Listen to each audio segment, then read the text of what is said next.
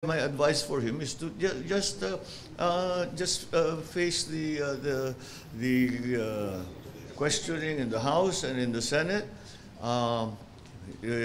Marinig natin ang kanyang side para malaman natin kung ano ba talagang nangyayari dito. Sa unang pagkakataon, sinagot ni Pangulong Bongbong Marcos ang aligasyon ni Pastor Apollo Kibuloy na nakikipagsabuatan ng Pangulo sa Amerika para ipapatay siya.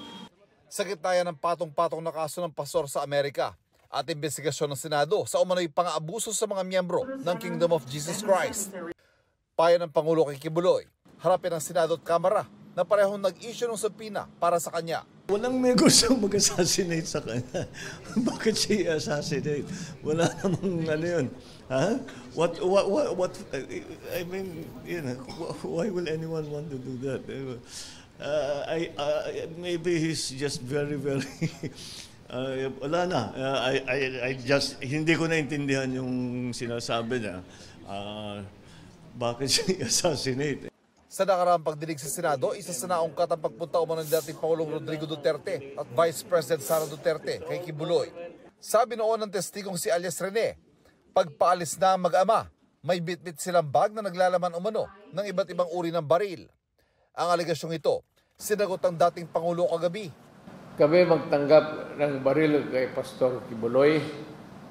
Ako pa ba ang mag-deliver sa kanya ng kanyon bukas o machine gun?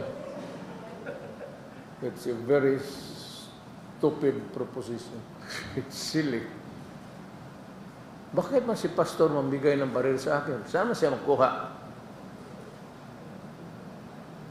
Kung magsabi siya wala siyang baril, bigyan ko siya. Hindi raw alam ni Duterte kung nasan si Kibuloy na nauna nagsabing nagtatago siya para sa kanyang kaligtasan. Kaugnay naman sa mga subpoena laban kay Kibuloy, sabi ng dating Pangulo, It's not an order. You cannot order an ordinary citizen like me to compel me to report to you. For what? If I don't want.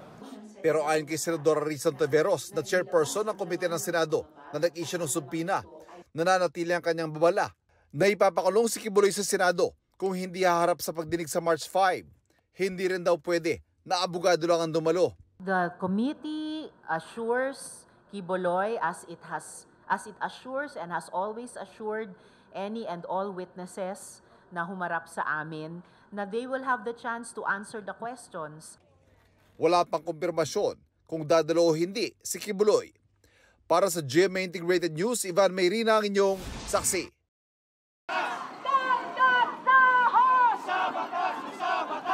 Nagmarcha kanina sa IBP Road sa Quezon City ang ilang grupong nananawagan ng aumento sa sahod. Nagtangka silang lumapit sa kamera para ihatid ang kanilang position paper, pero hinarang sila ng mga pulis matapos ang ilang minutong pag-uusap ng dalawang panig. Nagkatulakan nang subukang i-disperse ng PNP ang kilos protesta na wala umanong permit. Kalauna nagkasundo rin ang mga pulis at mga relihista na tatabi na lamang ang mga dumalo para sa kanilang programa. Tulad nila, taas sahod din ang hiling ng minimum wage earner na si Julius. Pilit niya raw kasing pinagkakasya sa mga pangangailangan ang nasa 610 pesos na arawang sahod bilang barista sa isang coffee shop. Kailangan na rin puntasan para po makahabol din po tayo sa taas ng bilihin sa mga gastusin.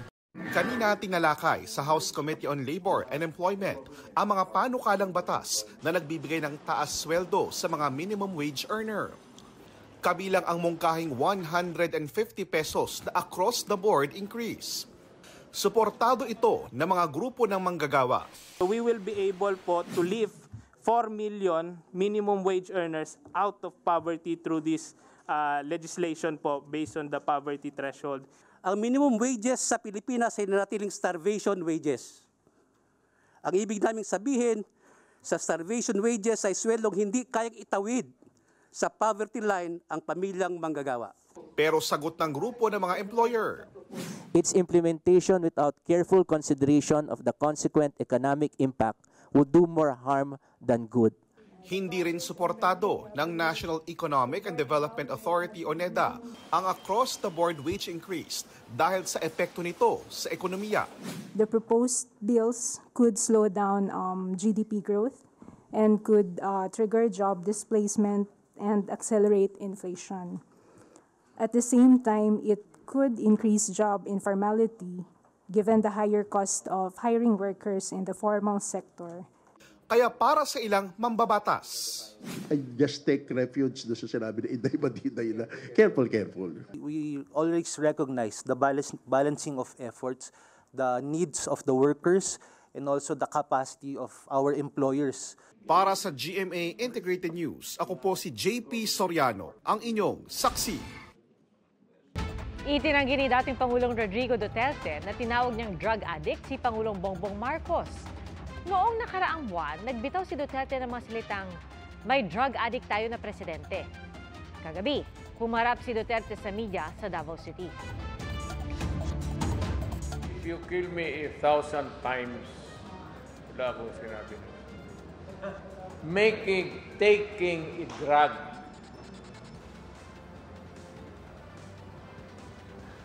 Pero kung sabihin mo, addict, wala akong sinabi na gano'n. Patayin ako ni Marcos niyan. Maawa ka naman sa akin. Matanda na ako. Binawi rin ni Duterte ang kontrobersyal niyang pahayag na pagsusulong ng secession o pagkalas ng Mindanao sa Republika ng Pilipinas. Biro at pananakot lang daw ang kanyang sinabi. Hindi raw niya gustong magkahiwa-hiwalay ang bansa.